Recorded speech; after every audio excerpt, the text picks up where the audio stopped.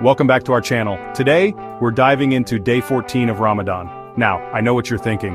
Day 14? Isn't that like statistically insignificant? Why not day 10? Day 20? Those are nice round numbers. But trust me, my friends, day 14 is where it's at. It's a crossroads, a tipping point, the ultimate plot twist in the Ramadan saga. Let's explore why this day is so crucial in this month of reflection and devotion. Okay folks, day 14, can you believe it? We've made it halfway through Ramadan. It's a significant milestone, a moment to pause and appreciate how far we've come. But it's also a reminder that the journey is far from over. We're officially past the halfway mark. This is a time to celebrate our progress, but also to refocus our intentions and efforts. It's like reaching the summit of a mountain. The view is great, but there's still a descent to navigate. You know that feeling when you're on a road trip and you hit that rest stop that's exactly halfway to your destination? It's a mix of relief and anticipation. You've come a long way, but there's still a journey ahead. You get out, stretch your legs, maybe grab a questionable gas station snack. It's a brief respite, a chance to recharge before hitting the road again. But you don't linger too long because you know there's more to see and do. But here's the thing, you wouldn't just stay at that rest stop, would you?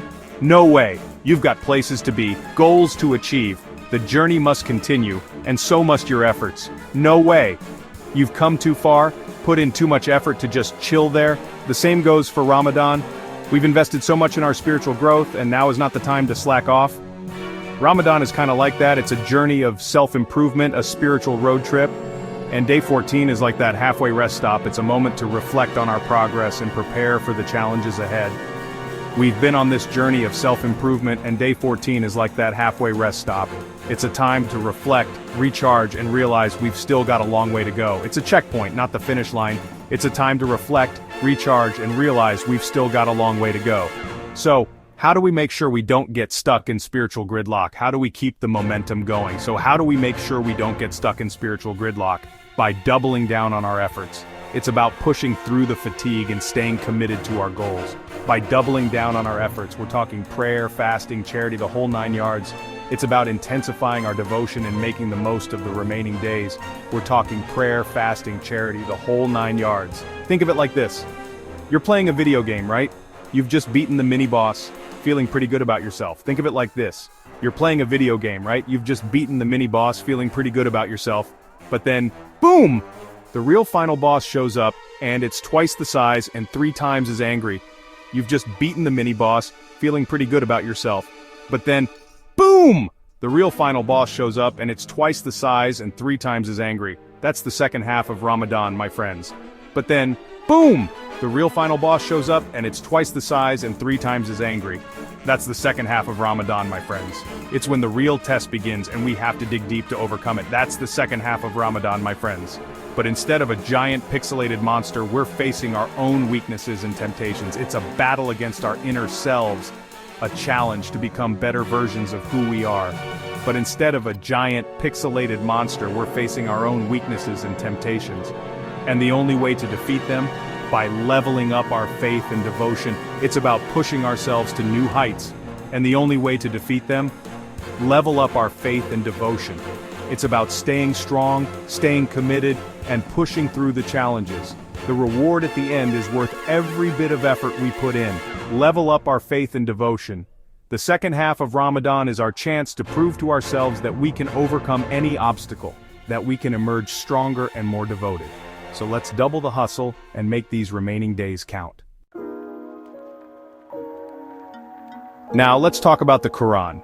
By day 14, many Muslims are trying to complete the entire Quran within the month. It's like a spiritual marathon. But instead of sore legs, you get a soul that's feeling cleansed and connected. But here's the thing about the Quran. It's not just about speed reading, it's about reflection, contemplation, and understanding. Imagine trying to speed eat a gourmet meal.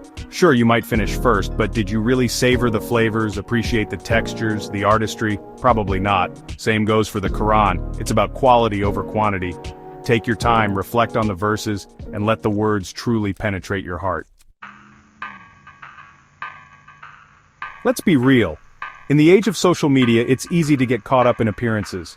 We spend so much time scrolling through endless feeds, comparing our lives to the polished versions we see online. We filter our photos, curate our feeds, and present the most polished version of ourselves to the world. It's a constant cycle of seeking validation through likes and comments. But Ramadan is about looking inward, not outward. It's a time to disconnect from the superficial and reconnect with our true selves. It's about confronting our flaws, our weaknesses, the messy, unfiltered parts of ourselves that we usually try to hide.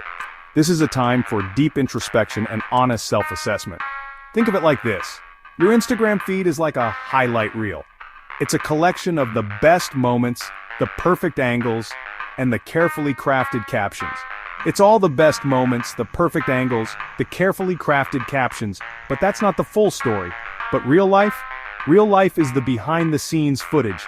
It's the moments that don't make it to the feed, the candid shots, the laughter during outtakes. It's the bloopers, the retakes, the moments of vulnerability and imperfection. These are the moments that truly define us. Ramadan is about embracing those imperfections. It's about understanding that our flaws are part of what makes us human. It's about acknowledging our shortcomings and striving to become better versions of ourselves. This journey of self-improvement is ongoing and requires dedication. So put down the phone, step away from the filters, and take some time for genuine self-reflection.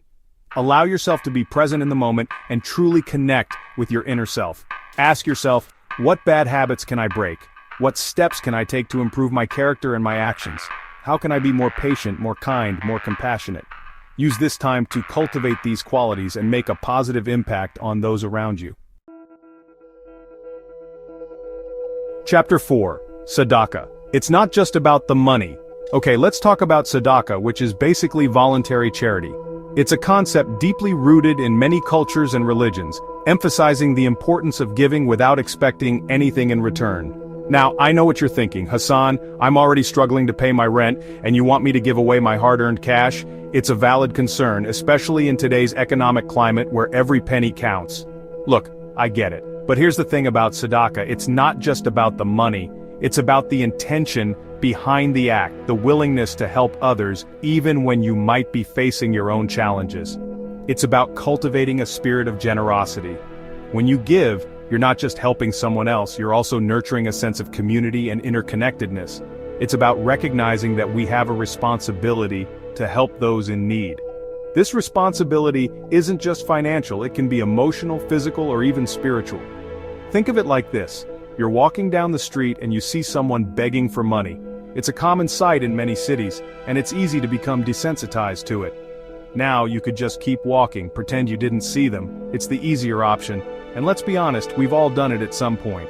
Or you could spare a few dollars, maybe even strike up a conversation, let them know that you see them, that you hear them.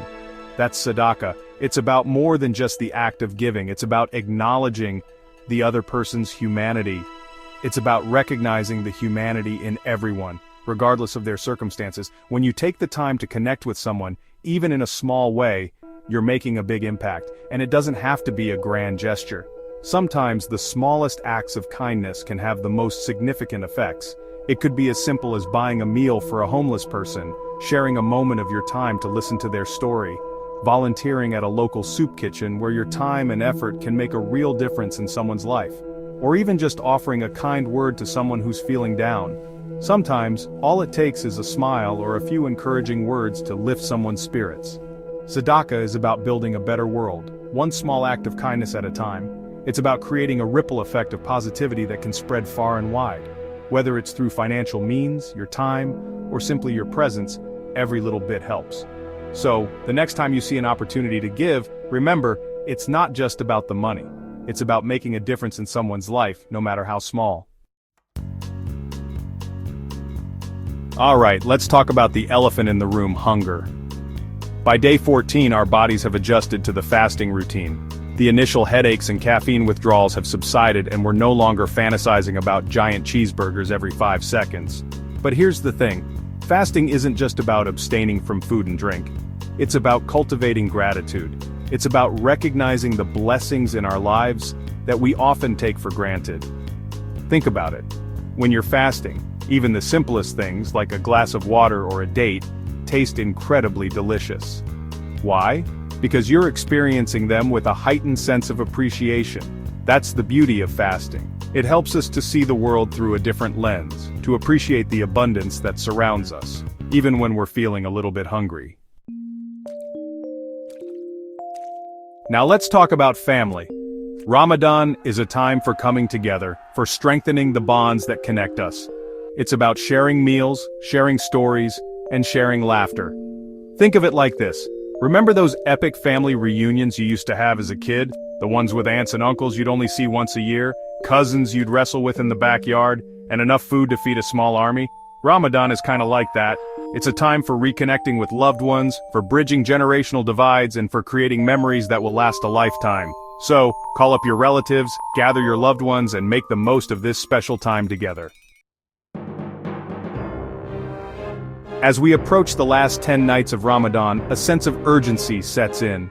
We know that these nights are incredibly blessed, particularly Laylat al-Qadr, the night of decree, which is believed to be better than 1,000 months of worship. It's like the season finale of your favorite show. You've been invested in the characters, the plot twists, the emotional roller coaster, and now you're on the edge of your seat, waiting to see how it all ends. The last 10 nights of Ramadan are like that. It's the climax of the month, the time when we increase our worship, seek forgiveness, and pray for a blessed year ahead. So, let's make the most of these remaining days. Let's increase our acts of worship, give generously to charity, and seek Allah's mercy and forgiveness. Thanks for watching. If you found this video helpful, don't forget to like, share, and subscribe for more insights on Ramadan and other topics. But remember, the journey doesn't end here. Carry the spirit of Ramadan with you throughout the year. Be kind, be compassionate, and strive to make a positive difference in the world. See you next time.